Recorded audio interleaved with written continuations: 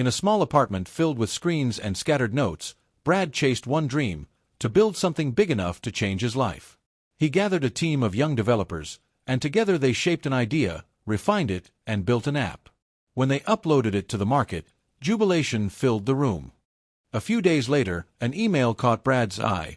A tech company wanted to buy their app for a huge sum. Without hesitation, he met with the executives, sealed the deal, and soon the payment arrived. Staring at the figure on his laptop, Brad could hardly believe it. Brad stared at the amount in his account, stunned. Then greed crept in, and he quietly made a plan.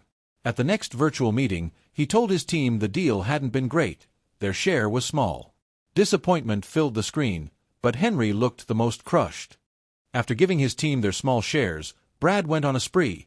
He bought his dream car, filled his home with the latest gadgets, took his girlfriend on lavish dates, and walked through the city like a man who had finally made it. Months passed. Then one stormy evening, as lightning tore through the sky, Brad drove down the highway, struggling through the rain. Spotting a small diner, he pulled over and ran inside. There, he saw a familiar face: Henry, one of his former developers. They talked, and Brad soon realized Henry's talent ran deeper than he'd ever known. From that night, they stayed in touch, sharing ideas over coffee and working on small projects together. One day, Brad drove to Henry's home to see a project he'd been working on. Inside, Henry welcomed him and introduced his sister. As they spoke, she quietly lit a candle before their late mother's portrait. When Brad asked, Henry explained she had died a month ago from an illness they couldn't afford to treat.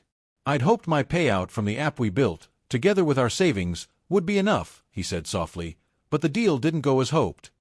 Brad's heart sank. He couldn't focus on the project he came to see, realizing that if he had been honest, Henry would have had more than enough, and his mother might still be alive.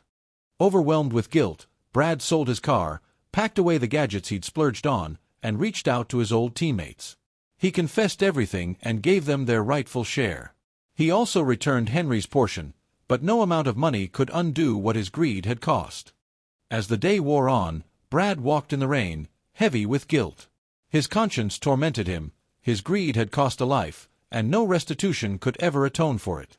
That's when he realized, greed doesn't just rob others of money, it can steal life, hope, and everything they hold dear. Please like this video and subscribe to Moralight Tales channel, where every story leaves a light behind. Thank you for watching.